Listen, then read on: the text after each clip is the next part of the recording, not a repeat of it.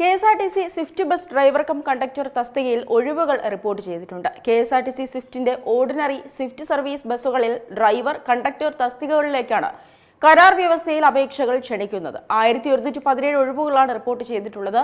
താൽപര്യമുള്ളവർക്ക് August 3 വൈകിട്ട് 5 മണി വരെ ഓൺലൈനായി അപേക്ഷിക്കാൻ സമയമുണ്ട്. KSRTCയിലേക്ക് നിയമനത്തിനായി നിലവിൽ വന്ന PSCയുടെ റിസർവ് ഡ്രൈവർ റാങ്ക് ലിസ്റ്റിൽ ഉൾപ്പെട്ടിട്ടുള്ള ഉദ്യോഗാർത്ഥികൾക്ക് മുൻഗണനയുണ്ട്. കരാറിനൊപ്പം 30,000 രൂപയുടെ സെക്യൂരിറ്റി ഡെപ്പോസിറ്റും നൽകണം.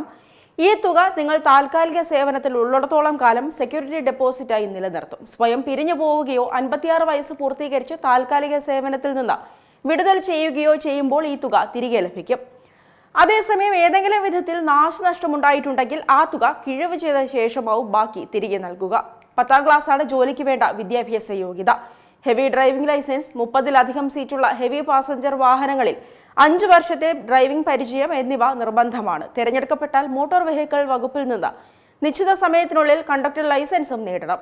വാഹനങ്ങളുടെ പ്രവർത്തനത്തെക്കുറിച്ചുള്ള അറിവും വാഹനങ്ങളിൽ ഉണ്ടാകുന്ന ചെറിയ തകരാറുകൾ കണ്ടെത്തി പരിഹരിക്കാനുള്ള അറിവും മുൻഗണന ലഭിക്കാവുന്ന യോഗ്യതയാണ്. 25 മുതൽ 55 വയസ്സ് വരെയാണ് പ്രായപരിധി.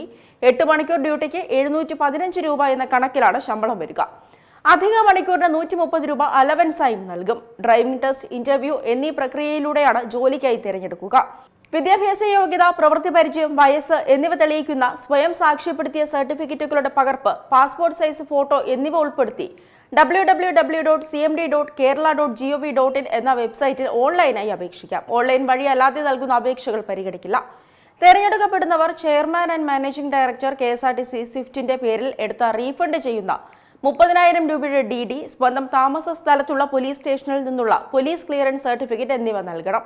KSRTCയിൽ 5 വർഷമോ അതിലധികമോ ജോലി ചെയ്തിട്ടുള്ളവർക്ക് മുൻഗണന ലഭിക്കും.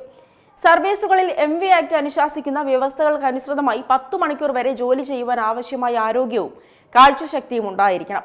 സിവിൽ സർജൻ റാങ്കിൽ കുറയാത്ത സർക്കാർ ഡോക്ടർമാരിൽ നിന്നും നേത്രരോഗ വിദഗ്ധനിൽ നിന്നും ലഭ്യമായ സർട്ടിഫിക്കറ്റുകൾ ഹാജരാക്കണം.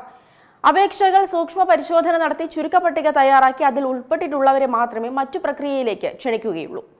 ഏറ്റവും പുതിയ വാർത്തകളും വിശേഷങ്ങളും വിരൽത്തുമ്പിലറിയാൻ സീ മലയാളം ന്യൂസ് എല്ലാ ഡിജിറ്റൽ പ്ലാറ്റ്ഫോമുകളിലും ലഭ്യം.